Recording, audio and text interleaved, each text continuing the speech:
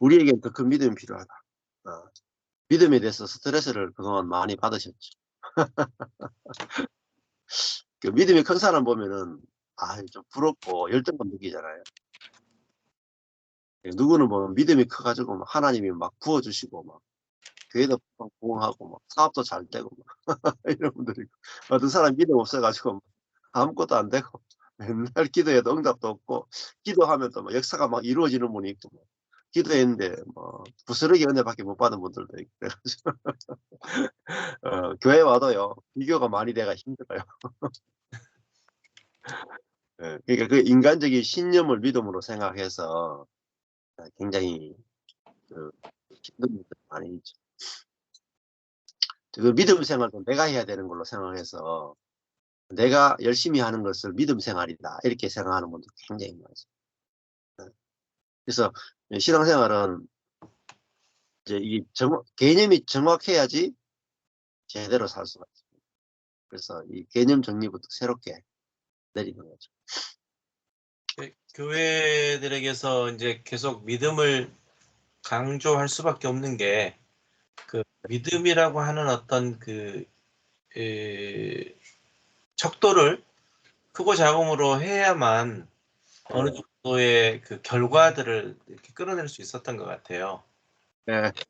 그러다 보니까 이제 믿음 경쟁을 시킬 수밖에 없었고, 전도 경쟁을 시킬 수밖에 없었는데, 물론 그것을 뭐 알고 그렇게 했겠느냐, 뭐 그건 아니라고 생각해요. 몰랐기 때문에 이제 그렇게 예. 했을 것이다라는 생각이 드는데, 오늘 읽으면서 이렇게 같이 나누면서 느껴지는 거는 뭐냐면, 믿음을 강조할 게 아니라 정말 하나님이 하신 일, 은혜, 이것만을 계속 이렇게 나타낸다면 믿고 싶지 않아도 그것이 저절로 믿어지는 일들이 생길 것 같아요. 그것을 우리가 실은 기다리지 못하고 내가 그 믿음의 사람을 만들어내고 싶었던 거잖아요. 나 자신도 예. 믿음의 사람이 되고 싶었고, 또 내가 목사가 돼서 그런 믿음의 사람들을 양육해야 되고. 그러니까 언젠가 이제 그런 은혜의 고백들을 쭉 나눴더니 또 이제 다른 목사님이 그런 이야기를 하시는 거예요.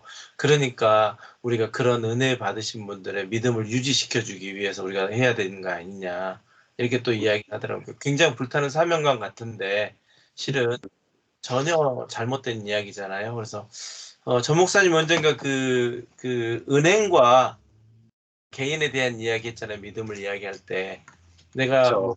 뭐 1억이 10억이 있는데 예. 내가 전 목사님한테 맡길 거냐, 아니면 뭐 한국에 있는 은행에 맡길 거냐. 예. 혹은 뭐 당연히 은행에다 맡기죠. 제가 전 목사님한테 안 맡기죠. 좀 입니다. 맡겨보세요, 믿음이 씨. 그러니까 믿음이라는 것은 그냥 그 대상이 이렇게 저절로 생겨지게 만드는 것 같아요. 그래서 저도 이제 요즘 설교를 하면서 계속 제 안에 기쁨이 있는 게, 듣는 사람은, 이 복음이 안 들린 사람은 여전히 아담의 생명 사단으로 듣잖아요. 그쵸. 사단으로 듣고 있기 때문에 그 사단으로 듣고 있는데 생명이여 영인 말씀이 들리면 좋아할 수가 없는 거거든요. 그렇죠. 좋아할 예. 수가 없는 건데, 거기에 좋은 이야기, 그 사람들이 수긍하는 이야기, 서로 공감되는 이야기를 하려고 하다 보니까 어려웠던 거잖아요. 근데 하나님이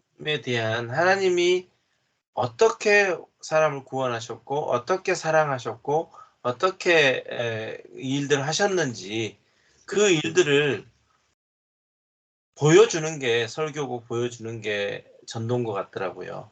그러니까 억지로 전도하려고 할 필요도 없이 정말 내 속에 경험되어진 하나님이 하신 일들이 입술을 통해서 전달되어지면 믿고 안 믿고는 정말 그 사람이 저절로 되어지는 것 같아요. 예. 믿으라고 할 필요가 한 개도 없거든요. 예. 근데 그렇죠. 그것을 자꾸 믿으라고 하다 보니까 교회 오래 다닌 사람은 안 믿으면 큰일 날 것 같은 느낌이 드는 거죠. 그리고 안 믿는다고 말하기도 어렵게 돼버리는 문화가 형성되어 있고요. 그래서 오늘 이 말씀을 읽으면서 그 은혜를 빼고는 믿음을 이야기할 수 없다. 그러니까 무엇을 믿느냐? 은혜를 믿는다. 복음을 믿는다. 예수를 믿는다. 하나님이 하신 일을 믿는다. 이게 정말 우리에게 중요한 메시지인 것 같아요. 그래서 제 자신도 이 믿음, 또 뭐 교회 안에서 제일 많이 듣는 단어 중에 하나가 믿음이잖아요. 예. 근데 이 믿음이라는 해석 자체가 음. 내 중심으로, 그러니까 내가라고 하는 것이 중심이 돼버리니까 정말 큰 문제였던 것 같아요. 그래서 내가 하나님을 사랑한다. 그러면 얼마나 사랑하냐? 너 그래도 사랑하냐? 너 이렇게까지 힘든데도 하나님을 사랑하냐라고 많은 또 율법들이 적용될 수밖에 없지만, 하나님이 나를 사랑하신다, 하나님이 나를 구원하셨다 하면 나의 상태는 어떤 것도 상관이 없잖아요. 그래서 그런 것들이 오늘 이 믿음이라는 이야기 속에서 같이 적용되고, 이 믿음이라고 하는 어떤 데피니션, 정의 자체가 우리 그리스도인들에게 복음 가운데 들려지고, 또 그 믿음이 스스로 이렇게 경험되는 그런 일들이 있으면 정말 좋겠다라는 생각이 들고, 또 저절로 되어질 것 같아요. 그래서 예. 공감 가는, 지금 이제 이 은혜의 복음과 십자가의 복음을 쭉 들으면서 이 믿음에 대한, 우리에게 더 큰 믿음이 필요하다, 이제 이런 부분에 대해서 정말 공감 가는 이야기고, 또 이제 좀 더 아마 이제 나눌 기회가 있고 볼 기회가 있다고 한다면, 예수님께서 믿음이 작은 자들아라고 했을 때, 아니면 큰 믿음이다라고 하는 이런 성경에 나오는 표현들이 있잖아요. 예. 수로보니게 여인에게도 그랬고, 여러 가지 이제 큰 믿음, 이스라엘에서 이보다 더 큰 믿음을 본 적이 없다. 이제 이런 것에 대한 이야기들도 좀 더 성경 말씀을 통해서 구체적으로 좀 더 이렇게 알아지고, 또 그게 해석되어질 수 있으면 좋겠다는 생각도 듭니다. 예. 그 믿는다 할 때가 아니라 복음을 믿는다. 네, 복음을 믿는 자체가 믿음이 있는 거잖아요. 맞죠? 네, 그렇죠. 복음을 믿는다. 그러니까 복음이 증거되면은 사람에게 믿음이라 하는 것이 성령에 의해서 주어져요. 근데 이제 믿음이라 하는 것을 복음을 믿는다 하면은, 우리가 내가 믿음이 왔구나. 믿음이 선물로 주어졌구나. 내 속에 믿음이 있구나가 보인단 말이에요. 근데 믿음을 어디 자꾸 쓰냐면, 여러분, 하나님이 100억을 주실 것을 믿습니까? 여기에 자꾸 목사님들이 쓰는 거예요. 산이 옮겨질 걸 믿습니까? 병이 날 걸 믿습니까? 자꾸 현실에서 이제 어떤 내 마음대로 딱 정해놓고, 성전 꼭대기에서 떨어지면 하나님이 받쳐줄 걸 믿습니까? 이렇게 만나요. 그러니까 오락가락 하는 거, 이게 믿어야 되냐 말아야 되냐, 어떤 사람은 믿습니다 하는데 어떤 사람은 안 믿습니다 하고, 그러다 보니까 믿음이 헷갈려 버린단 말이에요. 그러니까 그 성령에 의해서 우리 속에서 믿음이 나올 때가 있고 나오지 않을 때가 있어요. 그러니까 그 내용이 100억을 주신다 하는 것도 하나님 쪽에서 나는 아무 생각이 없는데 100억을 내가 주겠다, 이렇게 하나님 쪽에서 먼저 말씀하시면은 우리 쪽에서 믿음이 생겨버려요. 하나님 100억 주시겠구나. 믿음이 생겨버린다니까요. 근데 내가 100억 원을 가지고 싶어서, 내가 100억 하면서 내 속에서 막 믿습니다. 이거 믿음이 아니에요. 그러니까 하나님이 말씀도 안 했는데 자기가 생각하는 것이 이루어질 걸 믿는 거. 이게 조영기 목사님식 믿음이거든요. 자기 생각을 믿는 거잖아요. 이건 가짜 믿음입니다. 하나님이 말씀하신 걸 믿는 거예요. 말씀도 안 했는 거. 그러니까 예를 들면 엘리야가 기근이 있을 것이다. 3년 반 동안 기근이 있다가 비가 안 올 것이다. 하나님 말씀하셨단 말이에요. 말씀하신 것에 대해서는 믿는 게 쉬워요. 근데 말씀도 안 했는데 내가 막 예수님이 40일 금식한 다음에 그 사단이 예수님을 성전 꼭대기에 올려놓고 뛰어내려라. 하나님이 너의 발을 안전하게 받쳐줄 거다. 믿냐? 이렇게 했더니 예수님한테 믿습니까? 했다면 예수님이 못 믿습니다 하고 안 뛰어내렸단 말이에요. 예수님이 못 믿습니다 한 게 믿음이에요. 그렇죠. 왜냐면 하나님이 뛰어내려 한 적이 없잖아요. 주 너의 하나님을 시험하지 말라. 그 믿음은 가짜입니다. 하나님 말씀도 안 했는데 내가 하고 싶으니까 그래서 옛날에 이랬잖아요. 믿음을 잘못 가르쳐 가지고 그 기도원에 가던 여자 성도들이 홍수가 났는데 우리도 예수님처럼 믿음만 있으면 무리를 걷는다 해가지고 무리를 걷다가 빠져 죽었잖아요, 실제로. 아, 진짜로? 그것이 가짜 믿음이란 말입니다. 가짜 믿음. 믿음이라는 말 자체가 뭔지를 모르는 거예요. 하나님이 앞에서 말씀하신 것, 복음을 믿어야 되지. 내 속에서 일어나는 어떤 느낌을, 욕심을 믿는 게 아니라. 저도 목회가 제 믿음을 가지고 했었던 거죠. 네. 제 믿음을 가지고 열심히 했더니 네. 그게 믿음이 아니었던 거죠. 네. 정말 예수님과 같은 그 믿음을 가지고 내 신념으로 이제 생각하고 예수님도 이렇게 하셨으니까 그 능력이 내게도 있을 줄 알고 뭐 뛰어내리라고도 안 하셨는데 내가 뛰어내려가지고 확 지어박아 버리겠네. 목숨 부지한 게. 목숨 부지하게 하신 게 은혜. 근데 진짜 하나님이 말씀하신 것은요. 홍해를 내가 가르겠다 하고 홍해를 갈라버리잖아요. 그 홍해를 가른다는 것을 말씀하셨을 때 하나님 말씀하시니까 되겠구나. 하나님이 내 속에서 있잖아요. 성령으로 말씀이 딱 오면요. 내 속에 저절로 믿어져 버립니다. 저도 믿음이 없는 것 같아도 믿음이 있다니까요. 왜냐면 성령으로 교회가 건축된다. 이거 제 속에 믿음이 나오잖아요. 안 그래요? 사람이 손을 대지 않아도 성령에 의해서 교회가 건축된다. 이건 제가 만들어낸 신념이 아니라니까요. 복음의 내용이 보니까 복음이 저에게 딱 깨달아지니까 성령께서 깨닫게 해주시니까 교회는 성령이 건축하신다라는 그 복음의 내용에 대해서 제 속에서 믿음이 생겨버렸단 말이에요. 믿음, 소망, 사랑 이 세 가지는 항상 있을 것인데 있잖아요. 안 그래요? 믿음도 있고 소망도 있고 사랑도 있단 말이에요. 우리 속에서 영광의 소망 있잖아요. 믿음이 있잖아요. 사랑이 있잖아요. 근데 이게 내게 아니고 내 안에 있는 그리스도의 것이단 말입니다. 출처가 너무너무 중요합니다. 이 정도 믿음이면 대단한 믿음 아닙니까? 하나님이 인간의 손이 없어도 하나님이 교회를 건축하신다. 대단한 믿음이죠. 대단한 믿음. 근데 이게 제게 아니단 말입니다. 선물로 주어진 믿음이다. 아멘. 네. 오늘 하시죠. 3월. 그러니까 이 믿음이 느낌이 아니다, 또 주관적인 것이 아니다라는 말씀이, 그러니까 약간 예전에는 그렇게 많이 생각한 것 같아요. 믿음이 참 명사인데 형용사 같은 그런 느낌으로 다가갈 것 같아요. 그러니까 이렇게 어떤 내 감정, 그리고 나에게 주시는 성령의 은혜, 그리고 내 확신, 그런 게 두루뭉실하게 하면서 그런 자신감을 얻고 담대함을 얻게 하심이라는 어떤 느낌?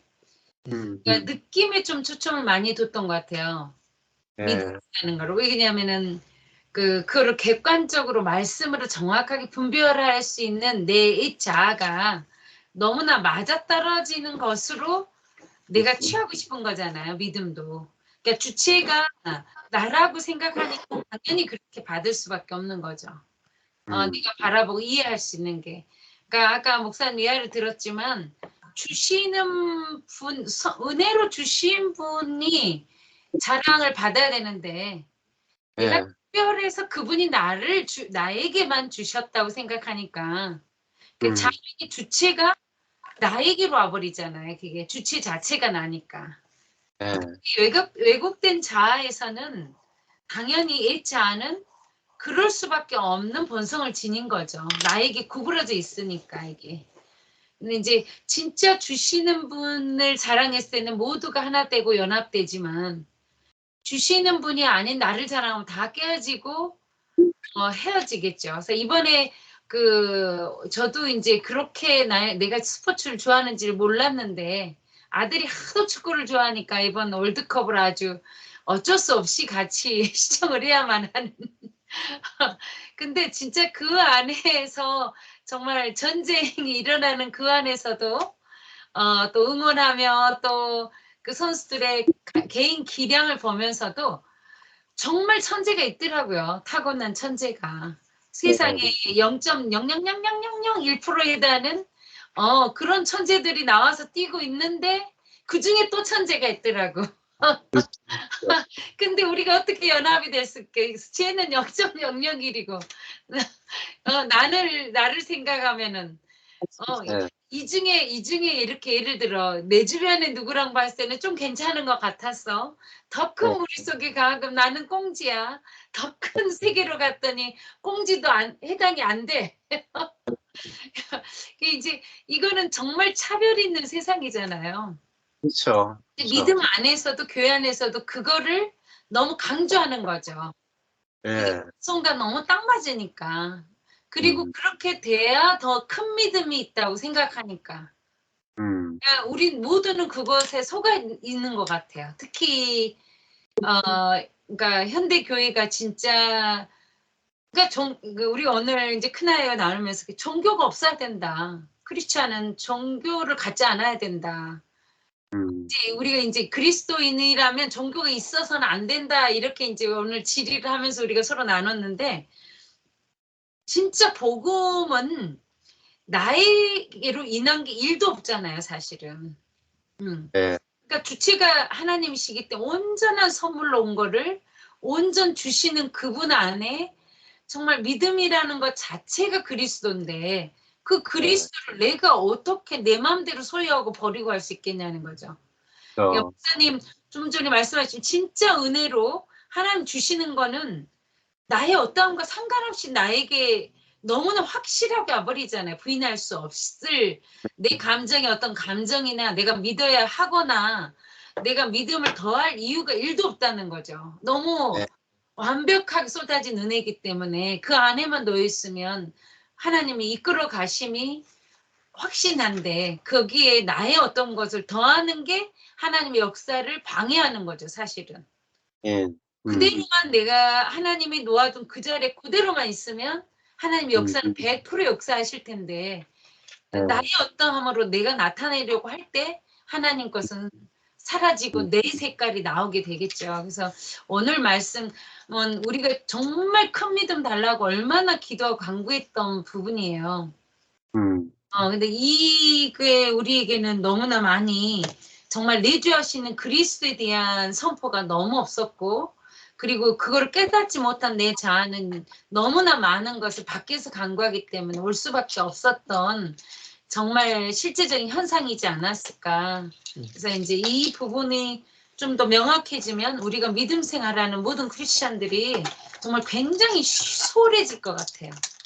그러니까 그리스도는 너무 단순하고 심플하고 완벽하고 아름다움인데 너무 사람의 무엇으로 치장하려 했을 때 더 이해하기가 난해하고 알아먹기는 어려우면서 정말 다가서기도 어려운 그분이 되어버린 그게 지금 현대 교회가 아닌가 그런 생각이 좀 요즘 많이 들고 있고요. 정말 하나님의 모든 충만이 정말 그리스도 안에 있고 그리스도가 내 안에 있는데 그 영광이 아버지의 것이지요. 아멘. 이제 그게 고백되는 요즘이 너무 행복하고 좋습니다. 예. 어제도 우리 같이 그 성남이가 차를 타고 가는데 그런 간증을 하더라고요. 야, 정말 내 속에 성령이 계시다. 내 속에 그리스도가 계시다. 이것이 얼마나 놀라운 복음인가. 아멘. 그리스도로부터 말씀이 막 쏟아져 나오는 거예요. 요즘 설교하는 게 너무 재밌대요. 이번에 목사님이 그 목사님 거 성남이에요. 승남. 승이죠 거기는. 승남. 그래가지고 그 목사님 올려주신 거 설교 들었어요. 그래서 이 같이 같은 물줄기 안에 우리가 함께 누리고 있어 너무 좋더라고요. 그렇죠. 요즘 뭐 은혜 넘칩니다. 요즘. 거기 사모님도 진사모님이시죠? 예. 네. 진영미.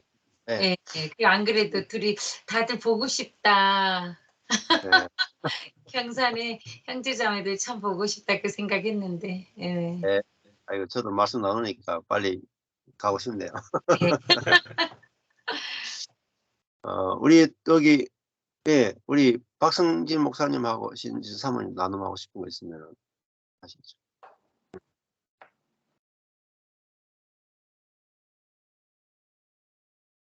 목소리 안 들립니다. 네. 오늘 말씀을 들으면서 이제 그 은혜에 대한 부분, 은혜에 대한 강조에 대해서 조금 더 생각이 되었던 것 같아요. 그래서 믿음은 은혜로라는 단어로 대치될 만큼 일맥상통한다라는 그 내용이 그렇구나라는 생각이 들었거든요. 이제 왜냐하면 그러니까 믿음에 대해서 알려주고 싶지만 나도 잘 모르니까 그거를 설교할 때도 이게 두루뭉실하게 나가는 거에 대해서 참 한편으로는 답답하기도 하고. 우리가 알고 있는 믿음의 개념은 능력치, 어느 한 용량, 뭐 어떠한 이렇게 계량된 걸로만 여겨졌기 때문에 그 믿음의 경지라고 이제 표현을 하죠. 그 믿음의 경지에 이르기 위해서 부단히 노력을 하지만 안 되는 거에 되게 많이 이렇게 자책하면서 살았었는데, 제가 한 4년 전쯤에 제가 잠깐 사역했던 중고등부 아이들 사역하면서 하나님이 그때 저에게 이제 계시적으로 주신 믿음에 대한 개념이 믿음은 믿어지는 거다라는 그런 개념이었어요. 그러니까 그 개념을 가지고 이제 여름에 이제 수련회를 진행을 했었는데 모르겠어요. 저는 열심히 전한다고 했는데 아이들에게 전해졌는지는 모르겠지만 저는 그 계시가 되게 뭐야 이렇게 허무할 정도로 이런 개념이었어라고 들었지만 그 믿음에 대한 개념이 전 너무 이렇게 시원한 거예요. 왜냐면 내가 믿어야지 100만 번 해야 된다고 안 되잖아요. 그렇죠? 그리고 아까도 말씀드렸지만 제 어머님도 그렇고 저도 그렇고 어렸을 때 그 순복음교회에서 신앙생활을 했을 때 갑자기 잊었던 게 생각이 나는데 어렸을 때 피아노가 갖고 싶다고 하니까 어머님이 어느 날 피아노 전단지를 갖고 와서 벽에다 붙이더라고요. 그러면서 보고 생길지어다를 매일매일 하래요, 저보고. 어린 마음에 갖고 싶으니까 진짜 그랬어요. 근데 결론은 뭐 돈으로 사는 거지 그게 뭐 믿음 그게 없잖아요. 맞아요. 그래서 이제 그런 생각이 갑자기 불현듯 들면서 그냥 한편으로 웃음이 났는데 결국 맞아 믿음은 은혜로 받아지는 거지 했는데 어저께 제가 밤에 문득 예전에 신앙생활 했던 공동체가 하는 그런 인스타그램과 유튜브를 이렇게 보게 된 거예요. 그런데 보는데 내 안에서 불현듯 어떤 마음이 들었냐면 재단을 하고 있어요. 재단. 이거는 이래서 부족하지. 근데 그거에 제가 평상시 같으면은 즐겼을 거예요. 근데 이제는 깜짝 놀라면서 야 내가 왜 이러고 있지? 결국 하나님이 뭐 잘하든 못하든 알든 모르든 하나님이 그 공동체를 이끌어 가시는 분도 하나님이시고 결국 그 공동체를 지금 뭐 30주년이라고 이제 기념으로 했다고 하더라고요. 그 30년 동안 이끌어 가신 그 하나님 그 안에서 뭐 지지고 볶고 했지만 그 이끄시는 분은 하나님이시지라는 그 고백으로 결론을 지은 거에 저도 되게 2번 놀랐어요. 일단 재단하고 있는 나를 발견한 것에서도 첫 번째 놀랬고 결론 마무리를 하나님이 그분들을 전적으로 이끌어 가신다는 거에 되게 감사하게 돼서 오늘 말씀 이 믿음이 은혜 복음도 은혜가 아니면 안 된다라는 그거에 굉장히 많이 동의가 됐고 저도 굉장히 많이 재단하고 이건 이래서 안 돼. 당신은 역시 됐어. 이제 막 그렇게 제 안에서 재단하는 게 굉장히 많았었는데 회개도 됐고 또 그거를 고백할 수 있어서 되게 감사한 시간이었던 것 같아요. 그리고 또 2번째 그 성령으로 살며 율법을 주신 하나님의 마음이 우리 안에서 사라진다라는 게 되게 많이 공감이 됐어요. 그러니까 이번 주에 그런 아내랑도 나눴었는데 이게 자아 포기만 계속 얘기하다 보니까 조금 피폐해지는 것 같아, 좀 힘들어지는 것 같아라는 말을 아내랑 나눴거든요. 근데 주중에 이제 말씀 듣고 이제 지냈는데 그런 깨달음이 저는 들었거든요. 자아 포기가 포커스가 아니고 결국 하나님의 본심, 하나님은 우리를 살리시고 가장 좋은 걸 주기 원하시고 생명을 통해서 우리를 결국 하나님이 다시 오실 때 그 기다리는 설렘으로 살게 하시는 게 하나님의 마음인데 그 가기까지 위해서 첫 번째 단계가 자아 포기였기 때문에 이거를 강조하고 우리가 계속 나눴구나라는 생각에 되게 감사한 또 저도 시간을 보냈던 것 같고 오늘 이 율법을 주신 하나님의 마음이 곧 사랑이다라는 그거에 이렇게 생각이 이렇게 불현듯 나서 나누고 싶었습니다. 네. 네, 아멘. 네. 이 자아 포기도 이제 이게 내가 포기하는 게 아니잖아요. 네. 맞아요. 복음이 와서 아까 전에 믿음도 믿어지는 것이고 자아 포기도 복음이 와서 포기되어지는 거지 자아가 자아를 포기할 수는 없어요. 맞아요. 그렇게 저절로 되는 거니까 우리가 복음 들으면 저절로 되는구나 하면은 내가 스트레스 받을 일도 없고 나는 왜 자아가 이렇게 살아있을까 정죄할 필요도 없고 네, 네, 자유로워집니다. 네. 네. 네, 그다음 우리 사모님. 저는 믿음의 주체에 대해서 너무 명확해지니까 그 믿음의 주체로 우리를 이끌어 가시는 하나님이 더 분명하게 저희 가운데 계시되어져서 그게 너무 감사한 것 같아요. 저희는 이제 지금 나누고 있는 책이 저희한테 없잖아요. 지금 저희는 그냥 지금 이렇게 같이 함께 나누는 말씀으로 같이 이렇게 배우고 있는데 한 주 동안 돌아보면은 동일하신 성령님이 동일하신 이 내용으로 저희의 삶을 또한 이끄셨구나가 더 분명해져서 특히 더 은혜가 더 큰 것 같은 생각이 들어요. 그래서 저도 요즘에 믿음의 근원이 우리 안에 계신 성령님이라는 그 마음이 굉장히 크게 오거든요.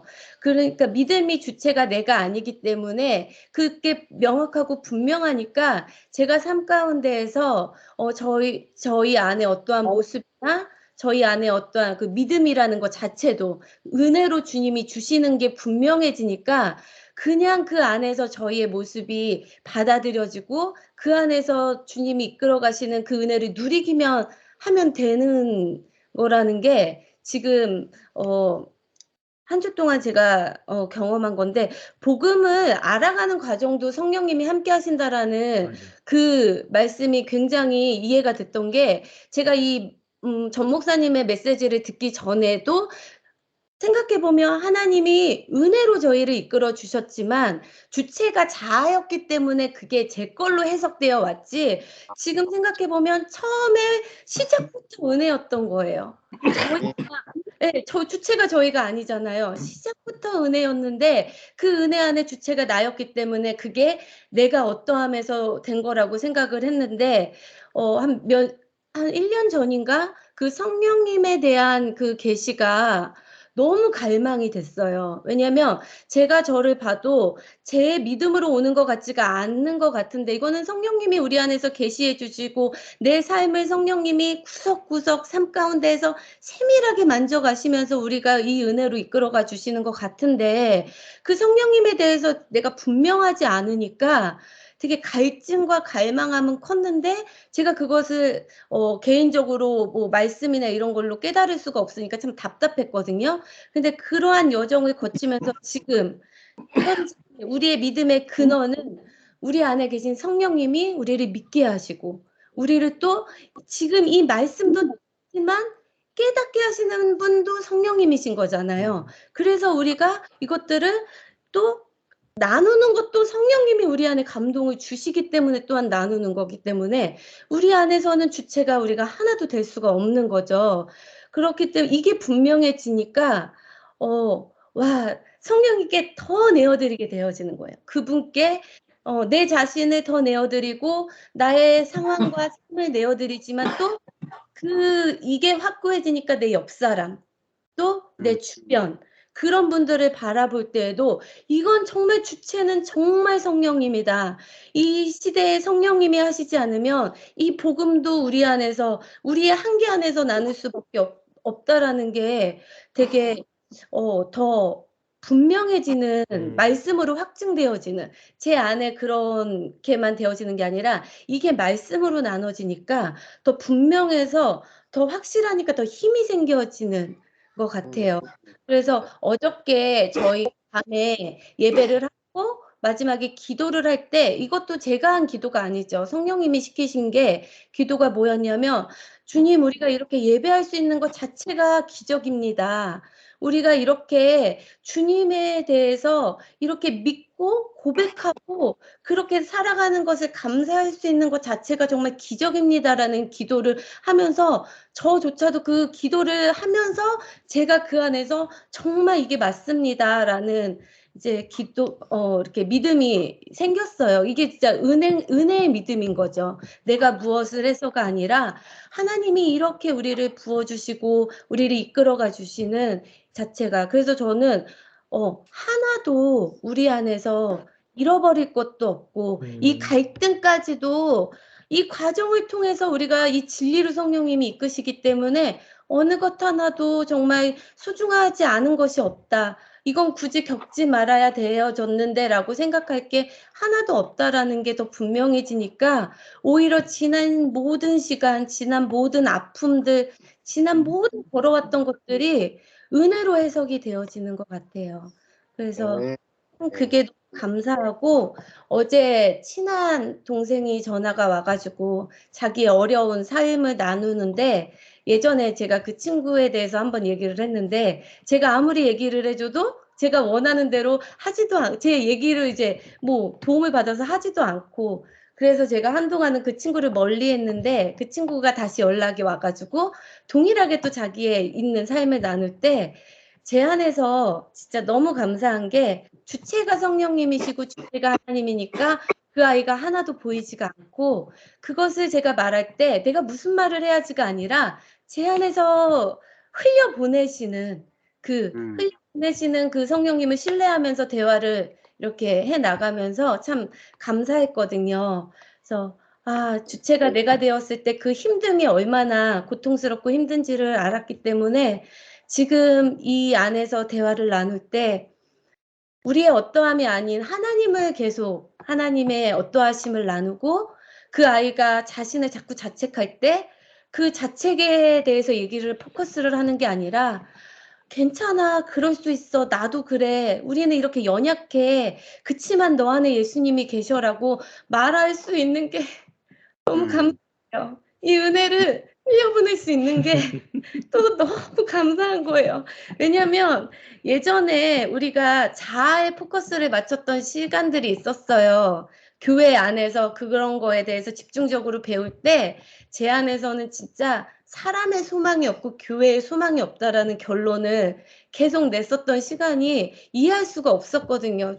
그러면 하나님이 왜 그러시지? 그러한 거 안에서 갈등이 계속 있었는데 이제는 우리 안에서 충만함으로 일하시는 성령님이 계시잖아요. 그게 우리도 있지만 그 사람 안에도 동일한 성령님이시잖아요. 그 사람의 모습과 상관이 없이 동일한 성령님이니까 그 성령님을 바라보니까 그 사람이 안 보이니까 제가 얼마나 자유해요. 그 사람이 보였을 때 너무 괴로웠거든요.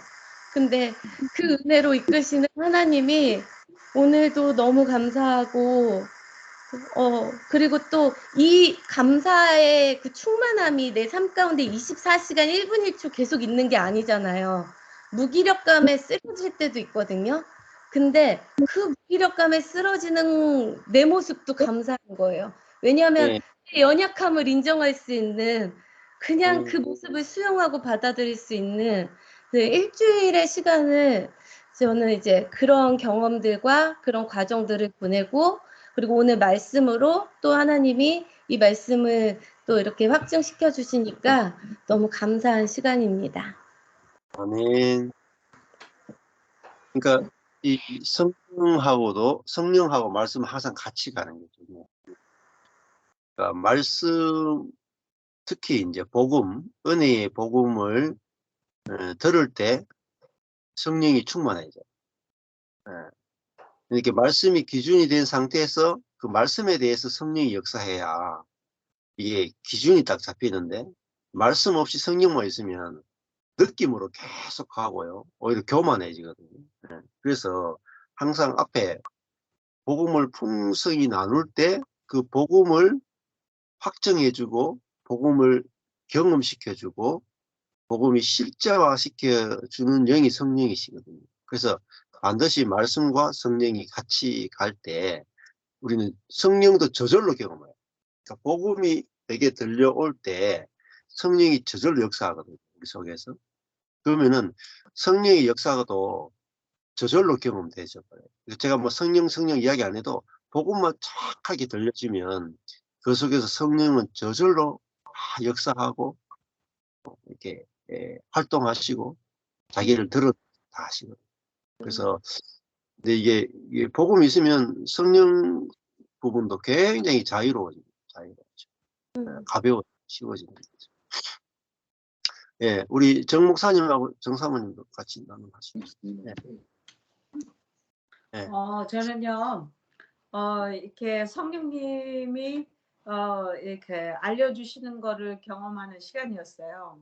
네, 어떤 권사님이 얘기를 하자고 그래가지고 잠깐 얘기를 나누는데, 이제 그분은 전도를 맨날 나가시는 분인데, 누가 이렇게 자기도 껴서 같이 하겠다고 그러는데, 진짜 자기까지 집에 와서 픽업해서 가란다고, 진짜 너무 사람들이 왜 이렇게 콧대냐고 막 이러면서 저한테 내가 왜 이렇게 복음을 전하러 나간다 그러면서 이 속에서 이렇게 판단이 나오죠. 그렇게 하면서 연락을 왔어요. 그래서 나와도 괜찮다고.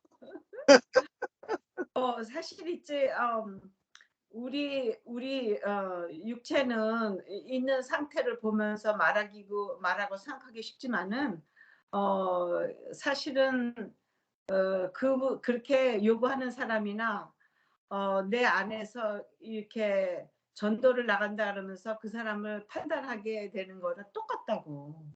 예. 그러니까는요, 그 말이 좀 새로운 것 같아요. 그래서 그러면서 제가 그분이 본인에 대해서 좀 이렇게 길티감을 느낄 때 제가 처음으로 얘기를 했어요. 우리는 하나님이 은혜 받고 사랑받기에 온전하다고 주님이 우리한테 그러셨는데 내가 뭐든지 다 할 수 있다고 생각할 때는 성령님이 역사 안 하신다고. 근데 하나님, 나는 이렇게뿐이 나갈 수가 없고 이렇게 한계가 있습니다.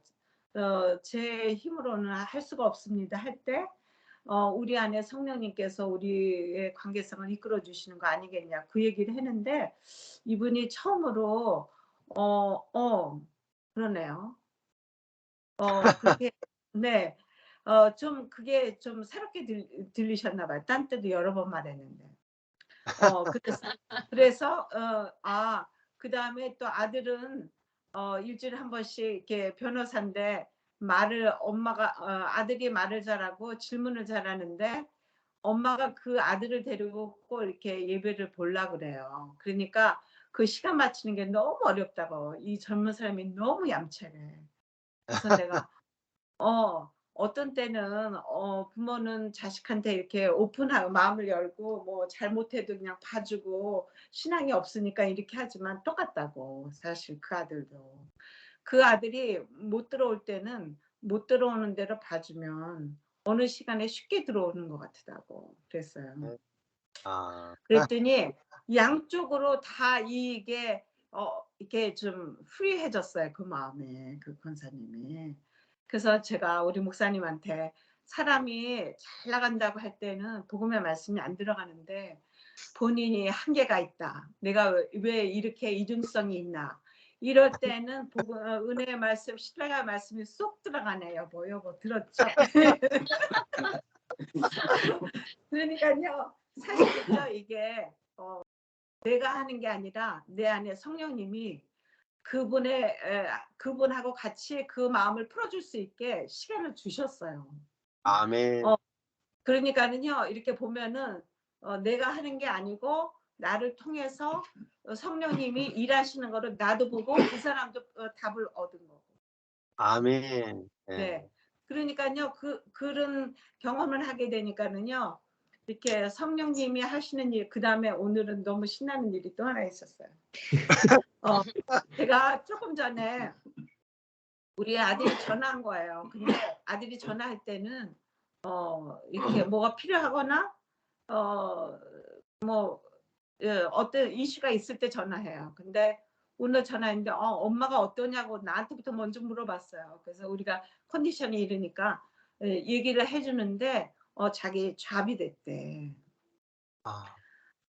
근데 저기 잡이 그러니까 혼자 온 비즈니스를 하는데 저기 사이드로 잡이 파타임이 필요하다고 그랬었어요. 그랬는데 아빠한테 뭐 어플라이 했는데 좀 잘 될 것 같다고 그렇게 말을 했지만은 우리 며느리가 일하는 데에서 이렇게 며느리가 최근에 좋은 잡을 됐는데 거기에서 또 뽑았나 봐요.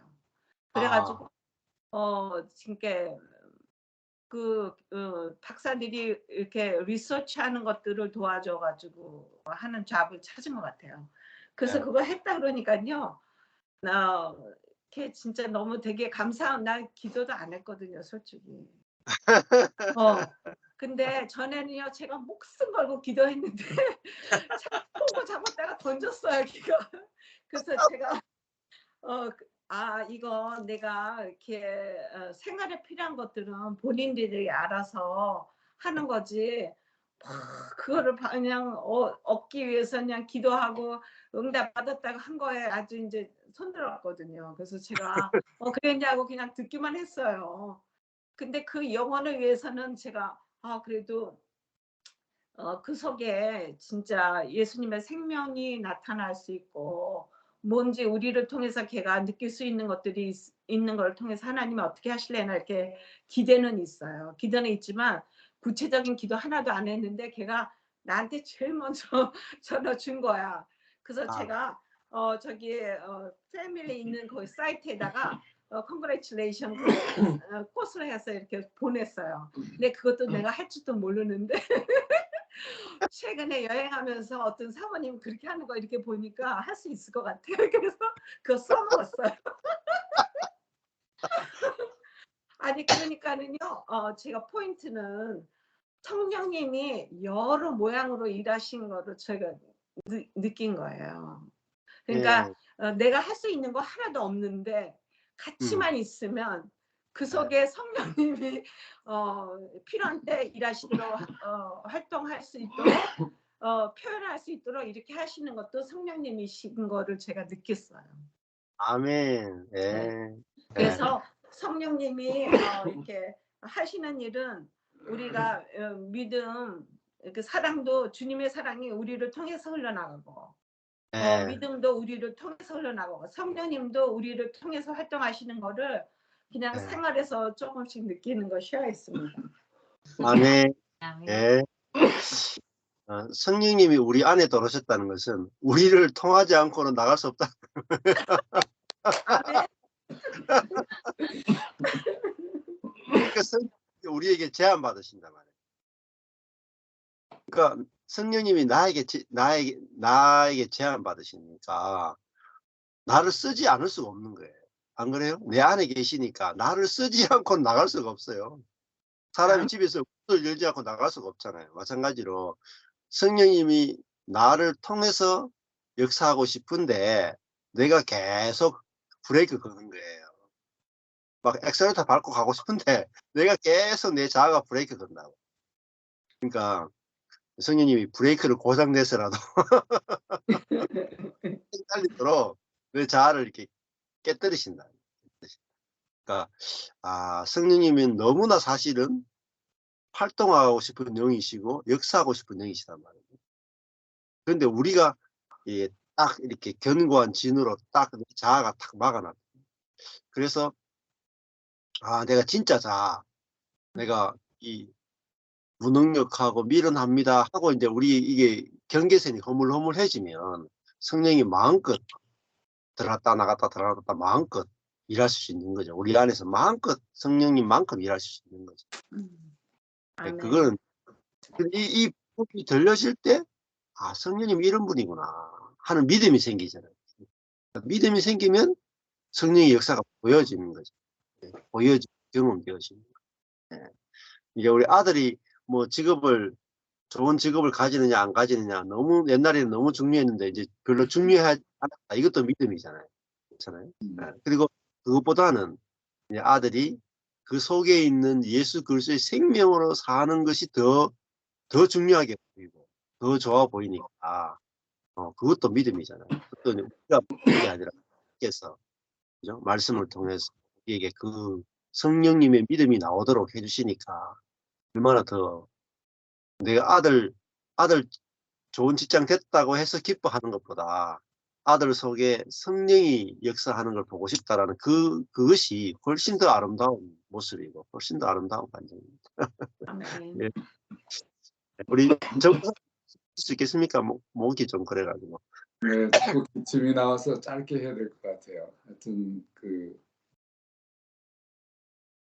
결국은 믿음의 주체가 내가 아니고 예수 그리스도가 우리의 믿음의 주체라고 하는 그 말씀이 아주 공감되었고, 더더욱이나 그 예수 그리스도가 믿음의 근본적인 근원은 성령이라고 하는 말씀을 조금 전에도 해주셨고, 그 말씀을 통해서 다시 한번 깨닫게 됐고요.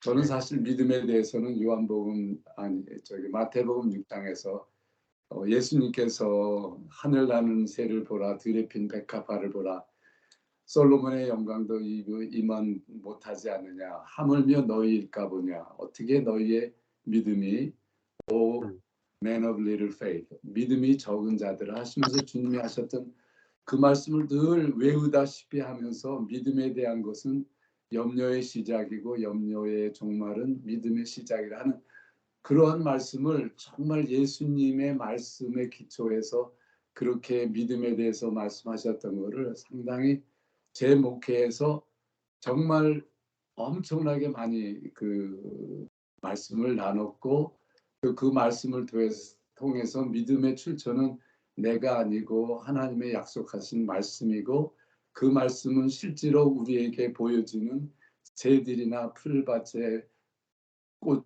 핀 꽃이나 솔로몬 한 인간을 보여주면서 우리에게 눈으로 가시적으로 보여주는 그 예수님의 방법을 통해서 이렇게 케어하는데 하물며 너희일까 보냐 하면서 우리에게 그 주님의 그 약속하신 마음, 그 믿음을 우리에게 공급해 주시는 그 출처를 끊임없이 생각을 하면서 또 한번 그렇다, 믿음의 출처는 내게서 있는 게 아니라 정말 예수 그리스도 자체고 그분이 인도해 주시는 것이구나 하는 것을 다시 한번 깨닫고요. 한 가지 오늘 아침에 저희 집사람하고 그 디보셔널 잠깐 한 10분간 한 것 중에 마태복음 17장을 나눴어요, 목사님. 그 내용은 너무나도 잘 알고 있는 변화산에 올라갔던 베드로와 요한과 야고보를 이끌고 변화산에 갔는데 너무 좋으니까 베드로가 여기에 장막을 3개 짓고 모세 엘리야에게 짓고 그 예수님을 위해서 짓겠다고 하고 산을 내려왔는데, 예수님이 그 베드로에게 또 요한과 야고보에게 하시는 말씀이 누구에게도 너희들이 본 영광을 얘기하지 말라고, 나는 이제 곧 십자가에 못 박혀 죽으시고 고난 받으시고 이제 내가 죽어야 되는 것을 얘기를 하면서 다시는 이 얘기를 하지 말라고 얘기했더니 그 다음 그 질문이, 그 다음 나오는 성경 구절이 너무나도 놀라운 거예요. 베드로가 그때 그 예수님의 말씀을 깨닫고 하는 베드로가 뭐라고 하느냐면, 예수님은 세례 요한에 죽었던 세례 요한이 다시 살아나는 것을 이야기하시는 거구나 하고 그렇게 해석을 했다는 거예요. 처음으로 그것을 보면서 성령이 깨닫게 하지 아니하면 예수님의 영광을 변화산에서 보고 직접 체험하고 경험하고 같이 내려오면서도 예수님이 하시는 내가 죽고 십자가에 죽어서 이제는 내가 하나님의 나라를 이루기 위해서 그것을 간다고 하는 그 말 자체도 베드로는 깨달을 수가 없구나. 그걸 보면서 오늘 주님 전 목사님이 얘기하신 그 핵심이 다시 들려주는 거예요. 믿음 자체는 선물이지만 성령님의 역사하지 아니하면 그들의 귀와 눈이 열려지지 않아서 볼 수가 없다라고 하는 거가 베드로에게도 똑같이 성령이 역사하지 않았기 때문에 그 귀한 예수님의 말씀조차도 깨달을 수 없는 그런 상황이었겠구나 하면서 성경 오늘 말씀을 들으면서 또 전 목사님에게 그 본문의 핵심이 왜 베드로는 그렇게 주님의 영광을 다 보면서도 그렇게 십자가의 죽으심을 얘기했을 때는 세례 요한이라고 하는 엉뚱한 그런 해석을 했을까? 왜 깨달을 수가 없을까 하는 그런 질문을 가지면서 오늘 아침에 제가 디보션을 했어요.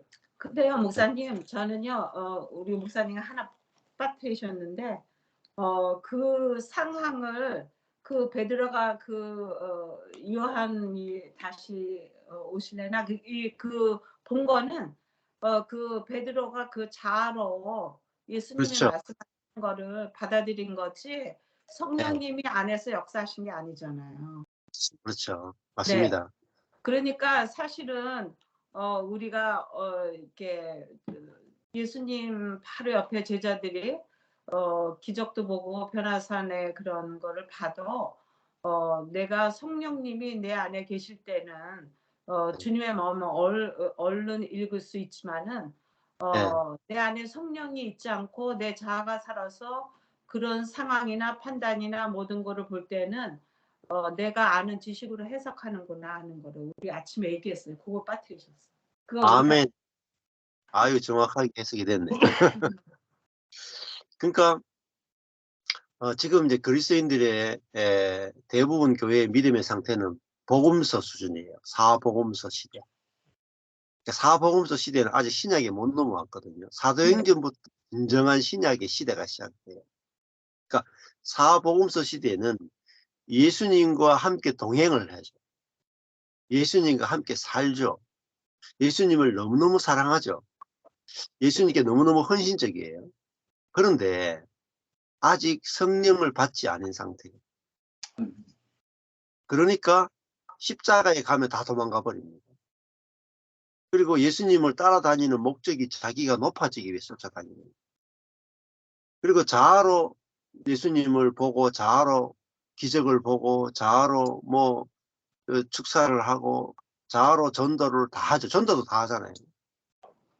자아로 병을 낫게도 해요, 심지어. 근데 전부 자아로 한 거예요. 그러니까 사복음서에서도 제자들이 귀신 쫓아내고 병 낫게 하고 이것도 다 해요. 제자들 쫓아 다 해요. 그런데 사실은 그게 자아로 한 건데 그 성령도 외적 성령으로 만나요. 외적 성령. 근데 그 존재가 안 바뀌는 거예요. 옛사람 안에서 한 거예요. 옛사람 안에서 성령 사역을 경험하고 옛사람 안에서 말씀을 듣고 옛사람 안에서 주님을 사랑하지. 근데 결정적인 순간에 가면은 나는 주님을 모른다 한다. 근데 사도행전에 가서 생명의 성령을 받게 됐을 때 그들은 완전히 새로운 피조물로 바뀌어버려요. 그러니까 그들이 이제 예수님이 죽으신 그 십자가에 달려 죽는단 말이에요. 그러니까 예수님이 살았던 삶과 똑같은 삶을 살게 되는 거예요. 그게 그리스도인의 삶입니다. 그래서 사복음서 안에서는 옛 사람과 새 사람이 구분되지 않은 상태에서 우리가 신앙생활하게 되면 사복음서에서 이 제자들의 신앙생활을 못 벗어나요. 근데 사복음서 안에서 제자들과 사도행전 시대의 제자들은 달라요. 근데 요 두 개가 구분 안 되는 거예요. 그래서 사복음서 안의 제자들과 성령 받은 이후의 제자들은 다릅니다. 그 예수님과 이 3년 반 동안 같이 동행할 때도 제자들에게 성령이 있었거든요. 그렇잖아요. 근데 그 성령하고 오순절날 임한 성령은 또 다른 성령이에요. 이 부분을 이해하기가 대단히 어렵습니다. 근데 흐름을 보면 알 수 있죠. 그러니까 오순절 성령이 오기 전에는 심지어 예수님의 부활을까지 봐요. 부활. 변화산상에서는 그냥 변형되는 모습만 봤잖아요. 근데 나중에 가서 예수님 십자가에 죽고 부활하신 예수님이 40일 동안 그들과 함께 동거해도 이들에게는 믿음 자체가 발생이 안 돼요. 부활한 주님과 살아도 믿음이 안 생긴다니까요. 근데 믿음은 언제 생기냐? 성령이 왔을 때 벌써 믿음이 생겨요. 그래서 야, 그러니까 제자들 자아하고 자아가 예수님 부활하신 예수님과 함께 동거했단 말이에요. 근데 뭐냐? 이거는 연합이 안 돼요. 하나님이 와도 자아하고는 연합이 안 돼요. 부활한 예수님이 와도 자아하고 연합이 안 된다니까. 그러니까 가짜 자아하고 연합이 안 돼요. 그러니까 오순절 성령이 왔을 때 그때 이 진짜 자아하고 성령이 딱 연합되니까 완전히 다른 피조물이 돼가지고 완전히 다른 삶을 성령이 표현되는 삶이 사라지는 거죠. 그랬을 때 사도행전에 가야 비로소 그때 예수님은 이제 복음을 전하라 한다고. 그러니까 부활을 보고 나서 아까 전에 변화산에서 변형되신 주님을 보고도 이거는 전도하지 말라. 부활하신 주님을 보고도 전도하지 말라. 언제 전도 시작돼요? 성령 받은 이후에 전도하십니다. 요 관계를 이제 아시면 이 그리스도인의 삶의 핵심은 성령이구나. 그러니까 문주일 설교했던 것처럼 하나님 예수님까지만 오면 안 돼요. 성령까지 와요. 그래야 완전한 정상적인 그리스도의 삶을 회복할 수 있다는 거죠. 네. 자, 거기까지 하시면. 오늘 제가 한마디만 좀 드리고 싶은 게 제가 오늘 쭉 이야기를 나누면서 좀 경험된 것이 있더라고요. 예.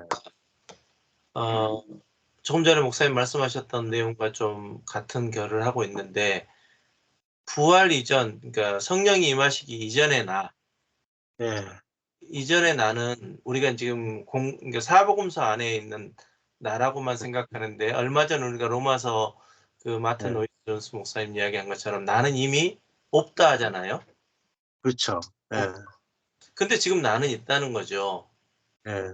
그래서 오늘 이제 이야기를 쭉 이렇게 같이 나눔을 통해서 들려지는 게 뭐냐면 성령이 역사하는 나, 성령이 역사하는 내가 새 사람이구나. 그렇죠. 그렇죠. 아멘. 성령이 역사하는 내가 새로운 피조물이구나. 예. 이제 우리가 이제 이야기하다 보면 내가 한 것이 아니고 성령님이 하셨다라고 또 분리가 일어나는 것들을 또 보게 되는 거예요. 그러니까 나는 이미 없는 거잖아요. 애자 나는.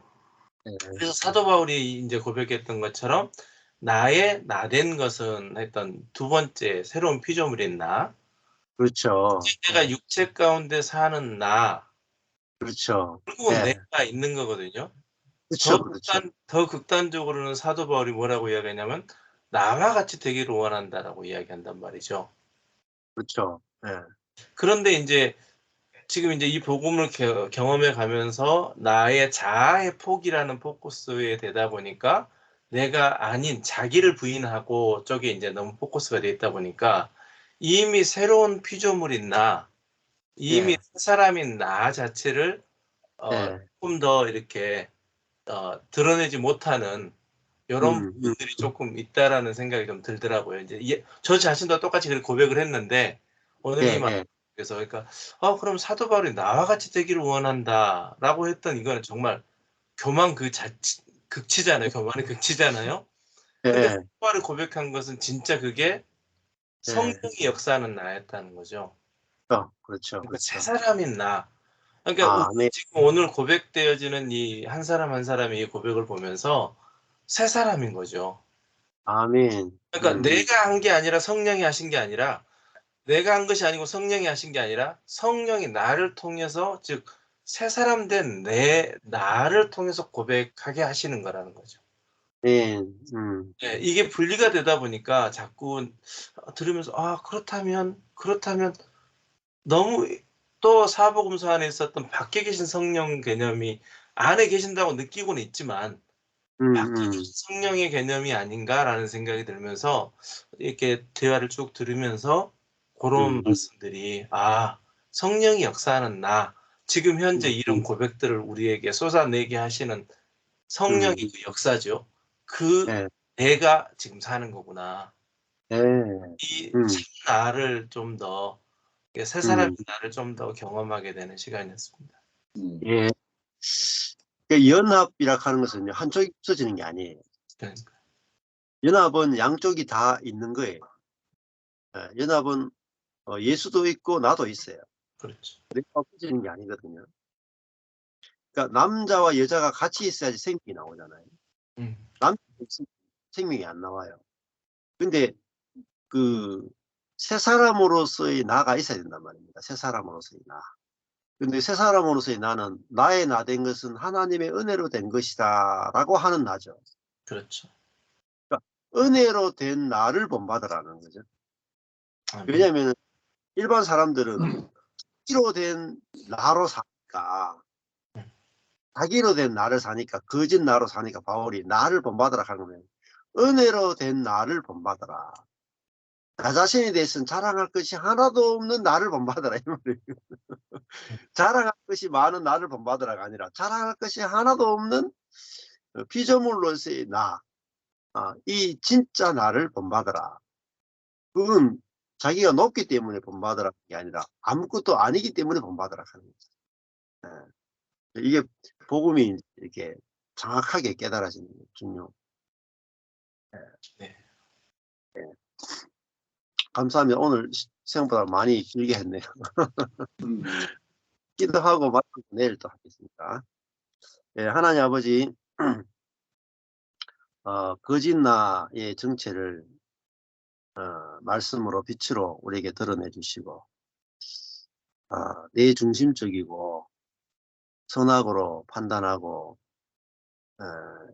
열등감과 우월감에 빠지고 늘 자기 정죄감에 빠지는 이 거짓 나로부터 우리를 해방하셔서 우리가 은혜로 된 나, 그 나로 우리를 회복시키셔서 날마다 은혜로 살게 하시니 감사합니다. 또 이 아무것도 아닌 나를 통해서 성령이 일하시고 성령이 나타나시고 성령이 우리와 연합해 주셔서 너무나 감사합니다. 아멘. 성령이 우리에게 제한을 받으시고 우리를 통로로 해서 일할 수밖에 없는 우리에게 제한 받으시는 하나님을 인해서 참 감사합니다. 그래서 우리가 너무나 하나님의 배필로서 온전한 존재가 되게 하신 것을 감사합니다.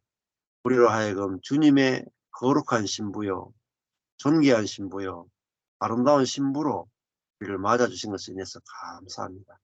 예수님의 이름으로 기도했습니다. 아멘. 네. 감사합니다. 감사합니다. 네, 감사합니다. 네, 좋습니다. 내일 뵙겠습니다. 뵐게요. 감사합니다. 참, 전목사님. 네. 그 성경책은 그냥